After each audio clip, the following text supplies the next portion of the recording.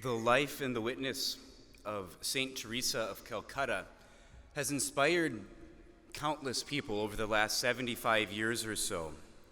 Also known as Mother Teresa.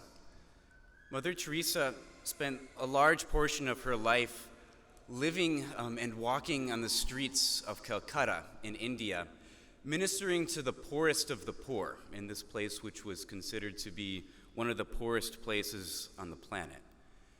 And she would meet people there who were dying in the streets, and she would pick them up, tend to their wounds, and simply give them a dignified place to die.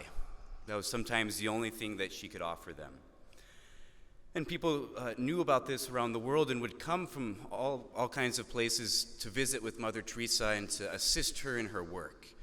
And as I said, people have been inspired by her work, so much so that they would often ask Mother Teresa if they could join her. Men and women, religious, priests, lay people, people of all ages would ask, I want to come and be a part of this mission. And interestingly enough, Mother Teresa would give a common response to people who would want to join her in mission. And she would say, stay where you are. Find your own Calcutta. Find the sick, the suffering, and the lonely right where you are, in your own homes and in your own families, in your workplaces, in your schools. You can find Calcutta all over the world if you have eyes to see. The plan of Christian love is very simple. It's very near to us. And Mother Teresa's words reflect the ancient words of Moses that we hear today from the book of Deuteronomy. Moses says to the people of Israel, this command, the command of love, is not too mysterious or remote for you. It is not up in the sky, nor is it across the sea. No, it is something very near to you, already in your mouths and in your hearts. You have only to carry it out. This commandment that all of us have received to love is very near to us. It's near to us because clearly we don't need to go very far in order to find somebody who's in need of love, somebody who gives us an opportunity to love abundantly. There's people right in our own lives, in our own neighborhoods, in our own places, who are deserving and needing of our love. But this commandment is right on our lips and right on our hearts because it's woven into the fabric of our being. It's a part of our created goodness to desire love.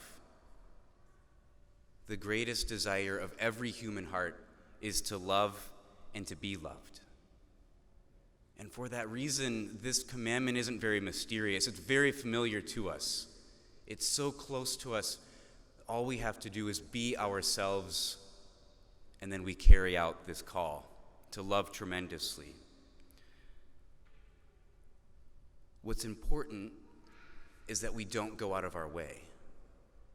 We see in the gospel story today of the Good Samaritan that the priest and the Levite needed to go out of their way not to love. They had to cross over on the other side of the street when they saw this poor man beaten and dying in the road. They literally had to go out of their way to avoid loving him. But the Samaritan, on the other hand, stayed right in his lane, patiently, courageously, and he met this man on the road. The path of life will carry us automatically and instantly into occasions and circumstances where we have the opportunity to love with an abundant love. The plan of Christian love is very simple. It's very near to us, but it's also very difficult. To say that it's simple doesn't mean to say that it's easy.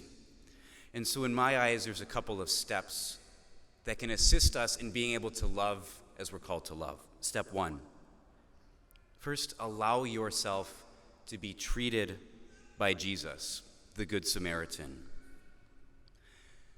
To love as we ought, we first need to be healed.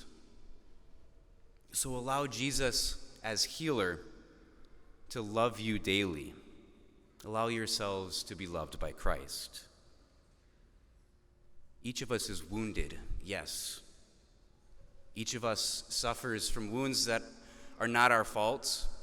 Some of the wounds we've inflicted on ourselves. Regardless, Jesus loves your wounds. And in loving your wounds, he intends to heal them. He intends to love them into health. You are weak, but Jesus loves your weakness. And in loving your weaknesses, Jesus intends to make you strong. Our first call in life is to allow Christ to love us abundantly. And in loving us, to lift us up off the street, to pour oil and wine into our wounds, strengthening us and cleansing us, and giving us a new life and transforming us to be able to love as he has loved us. That's step one, allow ourselves to be loved. And step two, in Jesus' own words, go and do likewise. Love as we have seen Christ loving. The saints, including Mother Teresa, testify that to love like Christ is to be happy. It's as simple as that. We love by Christ first by being faithful to those small moments of love each and every day. Mother Teresa says, you're not called to be successful, you're called to be faithful.